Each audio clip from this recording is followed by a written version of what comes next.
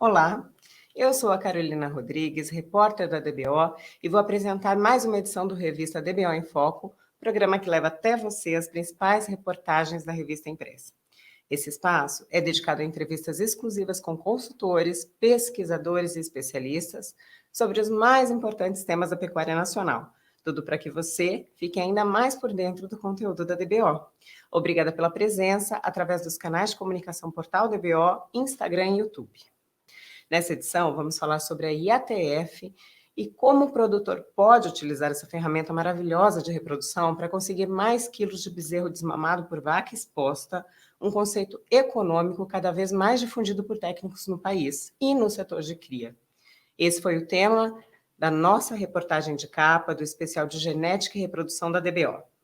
E para falar sobre esse assunto, eu vou conversar com o veterinário especialista em reprodução animal pela Unesp de Botucatu, Rogério Fonseca Pérez, e também com Isaías Júnior, coordenador do GERAR, o grupo especializado em reprodução aplicada ao rebanho, um dos principais bancos de informações do país.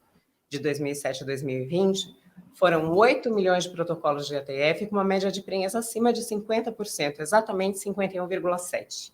Um ótimo resultado a nível Brasil. Sejam bem-vindos.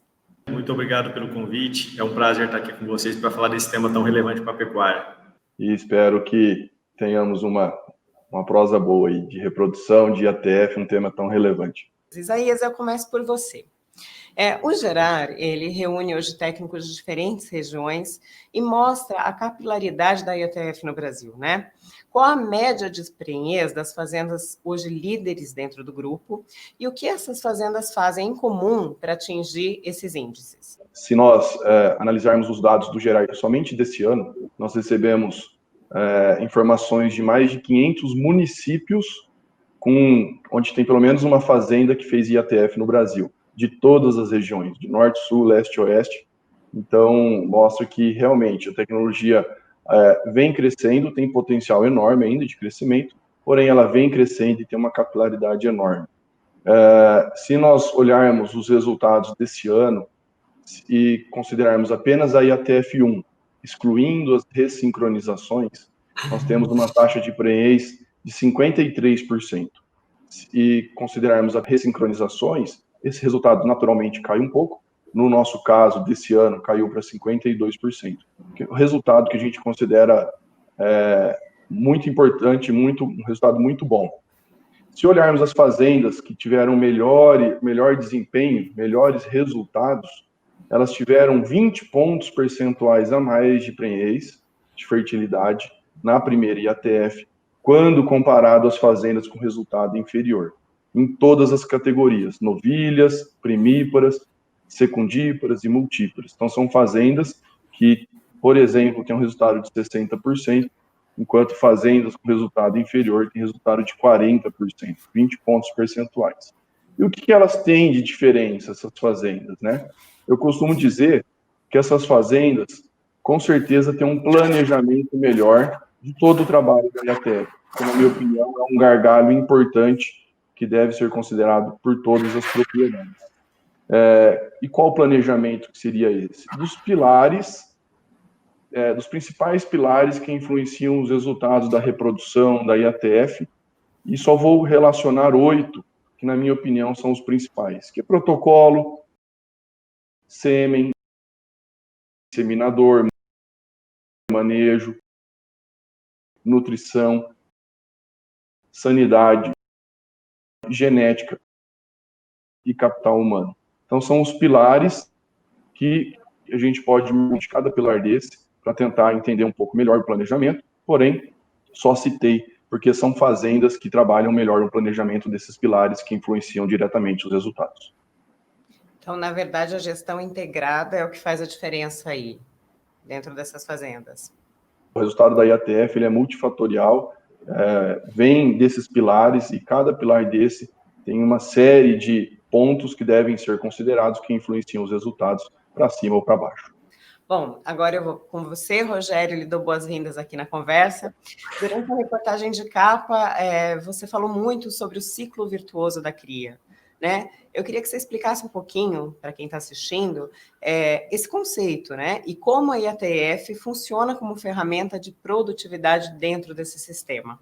Quando a gente pensa nas restrições e na dificuldade que a gente tem na atividade de cria, né, que nós temos aí no Brasil, basicamente um clima, né, entre águas e chuva muito claro, né, essa diferença de ter um período seco que varia de 4, 5, 6, 7, 8 meses em algumas regiões, junto com a vaca Nelore, já que a vaca Nelore praticamente domina o nosso rebanho aí no dia a dia, né? A gente tem outras raças, mas praticamente as zebuínas e principalmente a Nelore é o que mais temos no Brasil. E o que acontece? A gente sabe que é muito difícil a gente ter um bezerro por vaca ano. Dado tudo isso que o Isaías comentou, a gente tem aí que as vacas geralmente, às vezes, perdem um pouco de score de condição corporal, e essa combinação de perder score geralmente leva a vaca ao anesto, né? A vaca demora a dar cio, e aí que a IATF entra como uma ferramenta fantástica. E por que a IATF entra fazendo parte essencial desse ciclo virtuoso da pecuária? Porque, às vezes, a gente finaliza a discussão da importância da IATF pensando só na atividade de cria, mas essa questão da importância do meio de nascimento impactando no desempenho desse animal até o abate. Então, a gente está falando de um animal que desmama mais pesado, mas que entrega mais peso de carcaça para o produtor. Então, quando a gente está falando do impacto como um todo, a gente está falando de um impacto que é tempo, né? Então, tempo é um item extremamente importante quando a gente fala de qualquer atividade, porque todo retorno financeiro considera a questão temporal.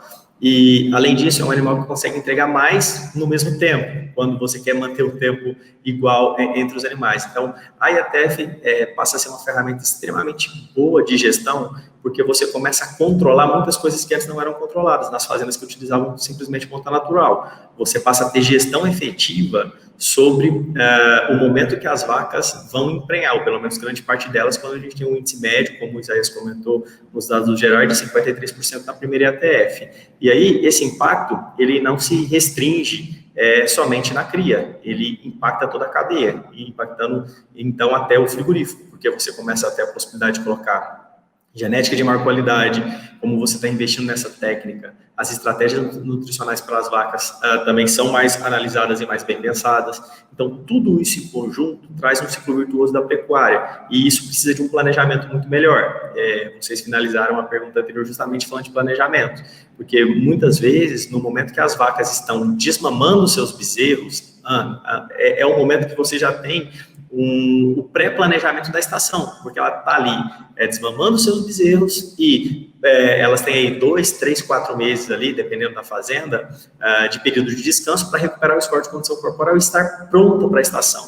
Então, quando a gente fala do ciclo virtuoso, é que a IATF simplesmente traz mais equipe técnica para dentro da fazenda, traz mais mensuração para dentro da fazenda e traz realmente um foco de todo mundo para olhar para resultado. E isso não para na IATF, porque a partir do momento que a fazenda cria a cultura de ter resultado, ela não quer parar só na IATF, ela quer saber da recria, ela quer saber da engorda, e aí ela começa a ter mais preocupação com indicadores, e isso traz uma profissionalização da atividade como um todo.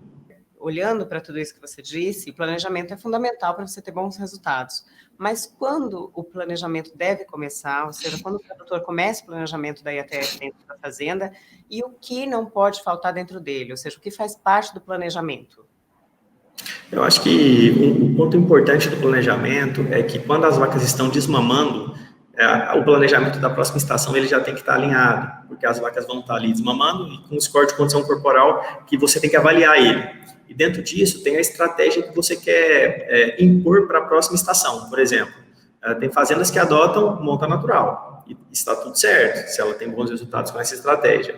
Outras utilizam uma IATF mais touro, outras utilizam 2 IATFs mais touro. Isso, logicamente, que dependendo da categoria, dependendo do planejamento nutricional, sanitário e de equipe, de tudo isso que o Isaías comentou acima, é extremamente importante a gente listar. Por quê? Porque se você deixa as suas fêmeas parirem com o score de condição corporal baixo e no desmame você já tem um grande indicador do score de condição corporal das vacas, já que geralmente elas estão desmamando no início do período seco, é um momento que você tem que tomar uma ação. Então, o planejamento dos resultados da próxima estação, basicamente, se inicia com a desmama no momento do score de condição corporal das vacas no desmame.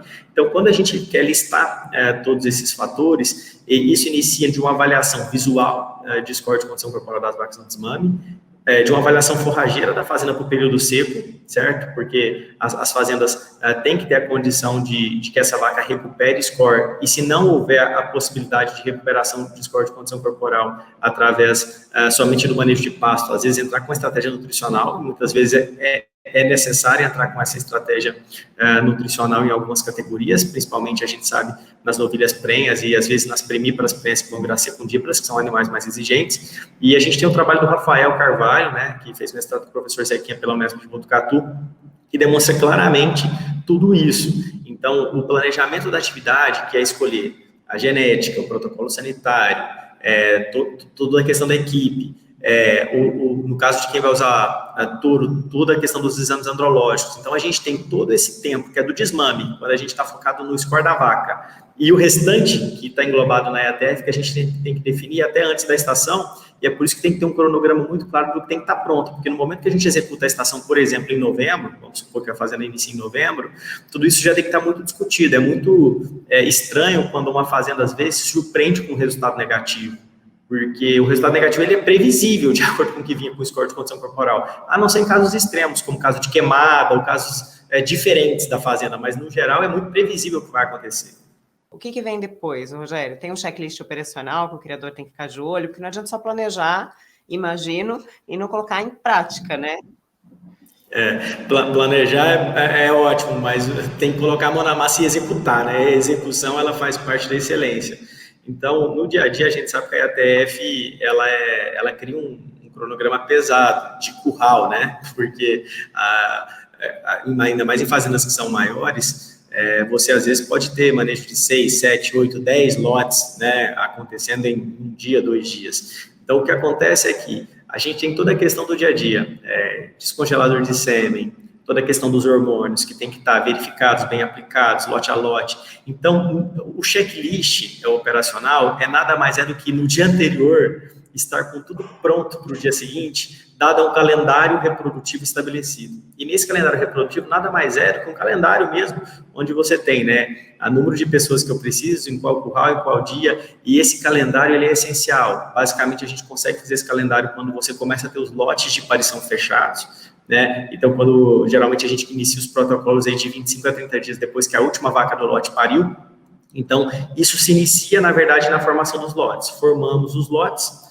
isso entra num calendário, dentro do calendário vai para o checklist operacional, que esse lote tem que estar no curral, tal dia, e para isso eu preciso desses produtos. Vou fazer, por exemplo, o D0 da IATF. Vou aplicar benzoato de estradiol e colocar dispositivo de progesterona. E aí eu tenho que colocar quanto que eu tenho que levar. E tudo isso a gente não pode deixar para preparar às 7 horas da manhã, porque às vezes a gente tem que estar no curral às 7 horas da manhã já trabalhando. Então você tem que estar no dia anterior com tudo pronto, tudo realmente organizado para conseguir fazer a atividade de uma forma correta.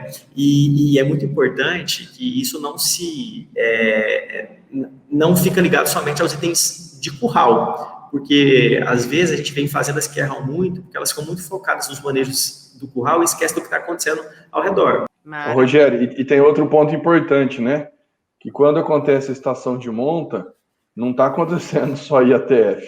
Tem maternidade para olhar, tem um monte de manejos que estão acontecendo que são muito importantes, que às vezes as pessoas se preocupam, por exemplo, em tocar IATF e esquece da maternidade. Você me deu um dado interessante, que falou sobre a taxa de prenhez à primeira inseminação no gerar, que é alta, né? Me parece que vocês preconizam que o produtor busque alta fertilidade à primeira inseminação, né? De quanto deve ser esse índice e por que ele é tão recomendado? Por que isso? Porque isso vai cascatear uma série de eventos a médio e longo prazo na propriedade, que vai aumentar a produtividade dessa fazenda.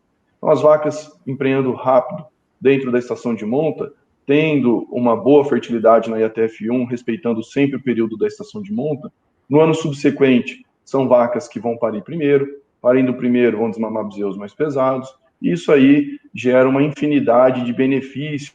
O que as fazendas devem procurar é fazer um bom planejamento, e isso possibilitará a fazenda ter um melhor resultado possível na IATF1, sempre procurando a maior fertilidade possível na IATF1.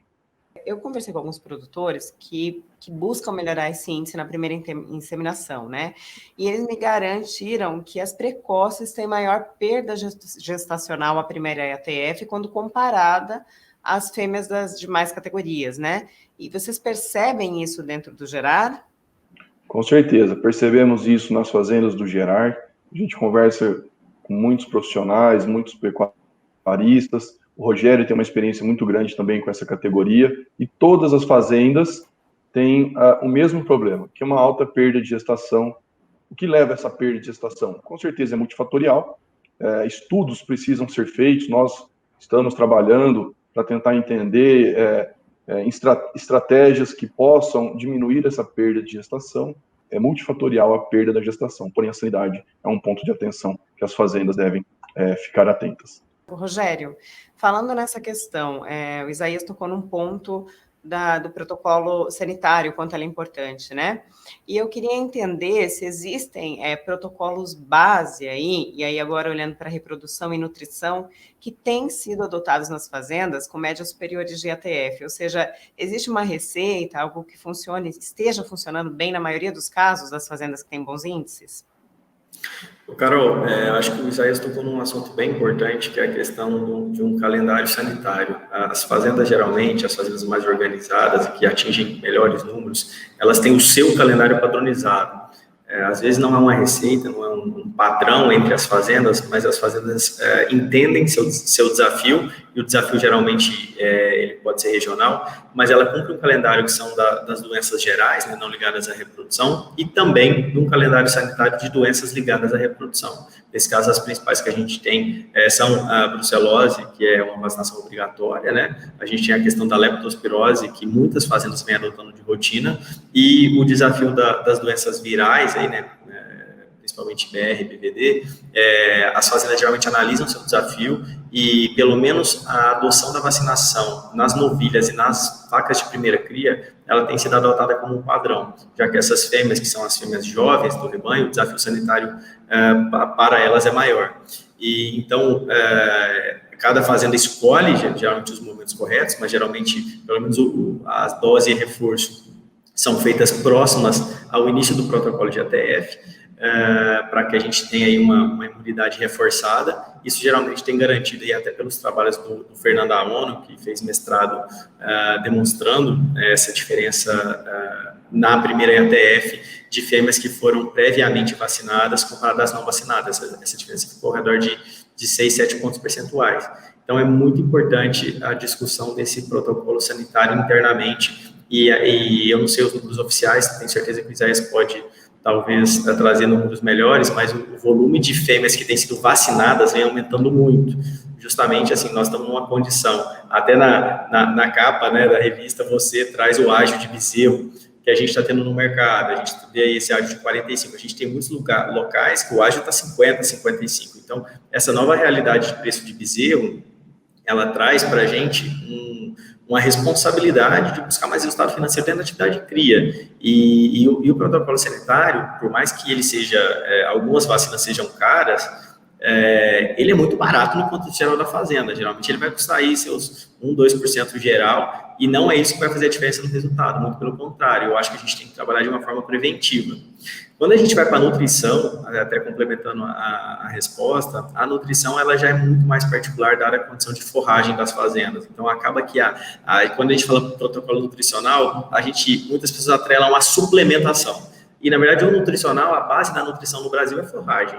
Então, a gente tem nessas duas épocas, águas e seca, e na época das águas, depende muito de como está a condição de forragem das fazendas. Tem fazendas que têm excelentes resultados usando só mineral, mas quando a gente começa a ter um pouco mais de intensificação, então, quando, por exemplo, tendo fêmeas precoces e as primíparas, principalmente, são duas categorias que elas respondem muito ao resultado quando você faz um protocolo nutricional diferente, fazendo uma suplementação a pasto, tá? Então, eu, pelo menos, gosto muito, aí é uma opinião extremamente particular, de trabalhar com uma suplementação, pelo menos de 1 proteico 1 grama, com as primíparas durante a estação de monta, tá? E quando a gente vai pensar em primípara precoce, que é uma categoria extremamente exigente, aí talvez a gente já tem que começar a pensar em uma suplementação de 2, 3 gramas, isso pensando que não há restrição de forragem. Então, quer dizer, há forragem disponível em qualidade e quantidade, né? Então, a gente prioriza os pastos bons para essas categorias, tá? E mesmo assim, a gente traz essa estratégia da suplementação para permitir, né, um aporte, aumentando o consumo de forragem, um aporte nutricional, para que ela consiga continuar em crescimento e reconceber e reemprenhar novamente. Porque às vezes não adianta nada a gente fazer toda uma estratégia de precocidade sexual, onde a gente emprenha a novilha precoce e depois ela fica vazia quando prime para precoce, e a gente perde todo esse trabalho de investimento numa fêmea que a gente quer manter no rebanho. E na novilha precoce mesmo, que a gente comentou um pouco atrás das perdas de gestação que realmente acontecem, e a gente tem que investir muito em pesquisa nesse sentido, ela é uma fêmea mais exigente. Então, como geralmente as pessoas têm 3 estratégias grandes que as fazendas fazem para fazer precocinha. Ou colocam em áreas de LP, para quem trabalha com agricultura, ou às vezes fazem uma estratégia de confinamento, sequestro, né, onde elas ficam com uma dieta, às vezes, um pouco volumosa, bem volumosa para chegar no peso, ou até uma suplementação a pasto. Mas o mais importante é que quando principalmente as que passam por estratégias de sequestro, elas têm que voltar para o pasto, e essa estratégia de nutricional para que elas voltem e mantenham um bom resultado é extremamente importante. Então, a gente não tem pesquisa clara nesse sentido, tem algumas pesquisas sendo feitas na APTA, mas a gente sabe aí que pelo menos um aporte nutricional no início, no momento que ela volta, é extremamente necessário. Eu, pelo menos, gosto de trabalhar com essa suplementação até o final da estação de monta, mas de 3 gramas a 1% do peso vivo, geralmente é o que o pessoal tem trabalhado para ter bons resultados. Então, é muito importante que esse protocolo nutricional seja entendido pelo técnico que assessora, pelas empresas, pelos consultores, para que ele se adeque à realidade de cada fazenda. Quando a gente conversou na elaboração da matéria de capa, você disse que é importante que o planejamento nutricional seja casado com a estratégia de lotação da fazenda. Como o produtor pode fazer esse casamento de forma correta? Na verdade, eu acho que quando a gente roda as fazendas, você tem, por exemplo, essa fazenda na época das águas eu consigo ficar com a lotação de 1,2, 1,3 UA, e na época da seca essa lotação tem que cair para 0,9, 0,8. E a gente sabe que o pior período mais crítico das fazendas é a transição do período seco para o período chuvoso. E aí, olhando para o tipo de capim, a proporção, por exemplo, que a gente tem de pânico ou de braquiárias, é extremamente importante a gente entender a realidade e o vigor de rebrote, porque a gente sabe aí que os pânicos, o andropógon, outros capins, eles vêm aí com 50, 60 minutos de chuva, o vigor de rebrote é muito bom. Mas quando você tem uma fazenda que tem bastante braquiária, a gente sabe que precisa chover um pouco mais para a fazenda realmente rebrotar. Então, quando a gente fala desse casamento entre o protocolo nutricional e a taxa de lotação, é justamente para que a gente não traga uma degradação e não fica dependente de suplemento. A gente tem momentos que a suplementação animal está extremamente vantajosa financeiramente, o que não acontece, por exemplo, nos dias de hoje, quando a gente tem uma cotação de milho altíssima, né? A gente escuta aí valores de milho no Mato Grosso ao redor de R$ 65, R$ 66 disponível. Então, a conta da suplementação, ela muda muito de acordo com o cenário macro, então todo esse cenário de dólar, de tudo que vem acontecendo aí com a pandemia, a gente tem uma situação muito específica. Então, para pensar no longo prazo, eu acho que a gente tem que respeitar muito essa questão de como a fazenda tem a proporção de capim, o vigor de rebrote, para que a suplementação seja alocada estrategicamente. E o que é um ponto importante? Voltando na IATF. A IATF, ela te permite muito, quando bem tocada e quando se tem uma curva de aparição boa, fazer essa oscilação correta de lotação entre águas e seca, porque se as vacas parem ali no final do período seco e estão todas desmamando ali no início do período seco, o que acontece? Você tem uma diminuição de lotação automática. E aí, se você é eficiente em tirar as vacas vazias da fazenda, você já diminui uma lotação, dando uma condição melhor de forragem para as vacas prenhas que ficam na fazenda. Então, a IATF entra também aí gerindo a curva de aparição, que é um item super importante, que inclusive foi muito discutido e muito mencionado na reportagem de capa, que não é só esse efeito na desmama. É um efeito na desmama, é um efeito na recria, é um efeito na engorda e um efeito de quando a vaca vazia sai da fazenda. Porque tem fazendas que às vezes não são eficientes e você te faz um diagnóstico de uma vaca vazia na fazenda em junho e por uma questão de falta de estratégia, você só vai abater ela no ano seguinte. Então, ela está vazia, ela está destinada para engorda, e você demora muito a trazer ela para o caixa, e ela ainda fica na fazenda, né, consumindo pasto, por não ter tido uma estratégia clara. Eu acho que a gente tem que buscar que as vacas vazias sejam abatidas até o meio da seca. Isaías, olhando para dentro do Gerar, que é um banco incrível de informações, até quanto pode ser o incremento de fertilidade ao se trabalhar com fêmeas na condição de score corporal ideal? Olhando para dentro do Gerar, se nós considerarmos as primíparas, né, por exemplo, como a categoria de maior desafio, né, a gente sabe que as primíparas é o gargalo de toda fazenda, da maioria das fazendas de cria. Então, dentro do grupo Gerar, a diferença de 10 pontos percentuais para as primíparas com uma condição corporal superior, vamos trazer aqui um score aí de 1 a 5, né, que é a escala que a gente trabalha acima de 3, 3,25 para frente, para uma primípara de score de condição corporal menor ou igual a 2,5, a diferença de 10 pontos percentuais. Quando você consegue proporcionar toda a condição nutricional para esse animal, ele consegue expressar e ter uma boa fertilidade também. Tá? Então, mas em todas as categorias, quanto melhor a condição corporal, melhor o resultado, mas o que mais chama atenção são as primíparas, que tem uma diferença maior. Quanto maior a condição corporal, maior será essa diferença para os animais com menor condição. Olhando para o futuro, qual é hoje, na verdade, onde essa tecnologia da IATF pode nos levar e o que vocês acham que hoje é o grande gargalo da tecnologia no Brasil? Rogério, eu começo por você. Desde quando eu formei na faculdade, que fazem 15 anos, a gente tinha números de inseminação no Brasil que eram ao redor de 5% das fêmeas inseminadas. Esse número não é diferente de outros países. E a gente vê esses trabalhos no desenvolvimento dos protocolos, e a IATF de 2004, 2005 para cá, chegou aí, a gente acredita que hoje 16%, 17% das vacas sejam inseminadas, os números não são tão claros, mas pela venda de protocolos e pela venda de sêmen, a gente acredita que esses sejam os números. Claramente, fazendas que adotam a IATF, quando a gente olha o custo de bezerro produzido, comparado ao monta natural e todo, isso depende também de cada realidade, cada fazenda tem seu custo, mas ele é muito interessante, porque a IATF, nos trabalhos de pesquisa que tem, ela traz um incremento, geralmente, de 7, 8% na prenhez final, mas com uma grande vantagem de antecipação da aparição. E essa antecipação da aparição permite uma melhor curva de nascimento, permite novilhas mais eficientes e bois mais eficientes que vão pesar mais no gancho. Então, toda essa estratégia traz um ganho que hoje, com a questão da extensão, né, de levar o conhecimento, seja pela DBO, seja pelas empresas, de levar esse conhecimento para as fazendas, os produtores estão adotando sim. Então, é um nicho de mercado muito bom para veterinários que gostam da parte de produção e traz lucro para o pecuarista. Eu acho que o mais importante na questão da IATF é a gente ver assim, qual que é a porcentagem de produtores que adotam a tecnologia e que param? Se a gente olha para esse número é extremamente baixo, porque isso significa mais dinheiro no bolso. E quando a tecnologia é tão claro que ela traz resultado, como é o caso da IATF, a adoção ela vai ser crescente. Eu acredito muito que a gente vai chegar assim a 40%, 50% de vacas inseminadas. Então, quando a gente pensa nesse número, a gente está falando, nossa, então quer dizer que esse mercado vai chegar a 40 milhões? Eu acredito. Por quê? Porque a gente tem fêmea zebu e a gente tem essa oscilação de clima, que é uma realidade muito forte.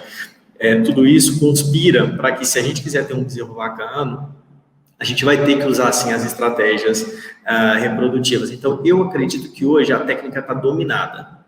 Existe, sim, oscilação de resultado.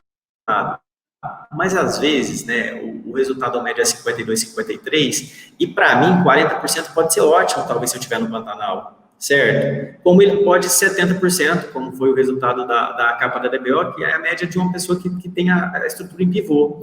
Mas, então, de qualquer forma, às vezes, se eu não tivesse esses 40, eu teria 20, eu teria 15. Então, o bom da IATF é que, na sua realidade, ela relativiza e traz mais resultado. E essa percepção ela é muito clara. Eu conheço muitos poucos produtores que adotaram essa tecnologia e pararam. Realmente tiveram experiências negativas. Como tudo que é desenvolvido no início, às vezes até por uma falta de conhecimento de quem está executando, pode trazer uma experiência negativa.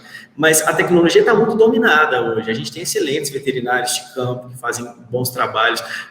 Na reportagem foram citados vários veterinários assim, muito bons, que fazem trabalho de excelência e que a gente conhece. Então, eu acredito muito, pelo menos na minha visão, né, simplista, é que eu acho que a técnica vai continuar crescendo, que ela não tem gargalo hoje de execução, ela tem um gargalo de conhecimento, sim, da forma de usá-la, mas assim, que ela funciona, ela funciona. E o que quer dizer que ela funciona? Que quando eu faço um protocolo de ATF em vacas com score de condição corporal adequado, 80% a 90% delas ovulam no momento da inseminação. O protocolo funciona. Portanto, tudo o resto que às vezes traz um resultado ruim está relacionado não ao protocolo, está relacionado aos outros fatores. Beleza, não, se minhas vacas estão com score 2, Supermax, realmente, eu não vou ter 80, 90, eu vou cair para 60. Mas, assim, em condições adequadas, ele funciona muito bem e é por isso que eu acho que talvez tenha sido a tecnologia dos últimos anos que mais trouxe ganho para a cadeia produtiva como um todo, né? Porque a gente sabe que a vaca continua tendo gestação de quase 10 meses, ela não vai parir 2 bezerros por ano, e a intensificação de crescimento, ela consegue ser feita por melhor manejo de pasto, por melhor suplementação. Mas a gente não faz a vaca parir 2 bezerros por ano, então o mais importante é que ela empreende, pare e aconteça todo ano. Então tem um time aí que se não acontecer a gente perde, e isso atrapalha a cadeia como um todo. Isaías, aonde você acha que essa tecnologia vai nos levar no futuro? Eu concordo com tudo que o Rogério falou. A tecnologia da EATF vem numa crescente muito interessante. Esse ano mesmo ela está crescendo muito. E eu acho que o maior gargalo para ela continuar crescendo é o conhecimento. A gente conversa com vários produtores e quando ele vai começar a IATF pela primeira vez na fazenda, ele tem muito medo, muito receio, às vezes acha que o resultado é baixo, 50% é ruim. Então, falta conhecimento, e esse é o trabalho que nós, técnicos, como empresas ou como prestadores de serviço, devemos levar para os nossos clientes. Que a tecnologia está bem estabelecida, os resultados acontecem, quanto melhor você cuida da sua fazenda, das suas vacas, melhor será o resultado, e os resultados financeiros, com certeza, chegarão. Então, eu acho que é isso que é o maior gargalo, é a falta de conhecimento e, às vezes, um pouco de medo de adotar a tecnologia, achando que a complexidade é muito alta e nem sempre isso é verdade. Foi muito enriquecedor, espero que nossos leitores gostem, nosso público goste, porque vocês deram uma aula sobre IATF. Obrigada aos dois. Oi, Carol, muito obrigado pelo convite, é um prazer estar aqui com vocês e falar desse assunto que a gente tanto gosta e que traz ganhos para a pecuária nacional. Obrigado, Carol, prazer estar aqui com você, obrigado, Rogério, muito bom revê-lo, o Rogério é amigo de longa data e bom estar aqui com vocês, contem sempre comigo, sempre que for necessário. Contamos sim, com certeza. Obrigada, gente. Bom, e obrigada também a você que acompanhou mais essa edição do Revista DBO em Foco. Lembrando que esse conteúdo fica disponível no nosso site, portaldbo.com.br e também nas nossas redes sociais. Você pode assistir novamente, compartilhar com seus amigos e com toda a equipe da sua fazenda. Acompanhe a DBO, informação de qualidade que faz a diferença para o seu negócio. Até a próxima.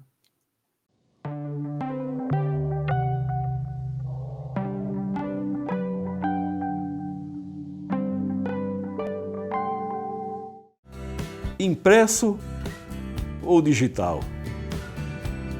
Se você quer o melhor conteúdo para a pecuária, fique com os dois.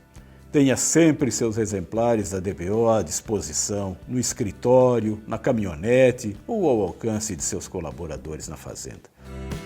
DBO é fonte de conhecimento, com suas reportagens de campo, matérias, artigos e análises de mercado. Além de tudo isso, DBO tem vários especiais ao longo do ano. Instalações, suplementação, confinamento, reprodução e genética e o especial de pastagem. Todo esse conteúdo também pode estar à disposição do assinante em qualquer lugar em versão digital. Você vê e lê a sua DBO no computador através do portal DBO ou no tablet e celular através dos aplicativos para iOS ou Android. Se sua assinatura venceu ou ainda não é assinante, entre lá na nossa loja no portal DBO e faça sua assinatura impressa e digital ou só digital. DBO, há mais de 38 anos acompanhando e antecipando tendências na pecuária.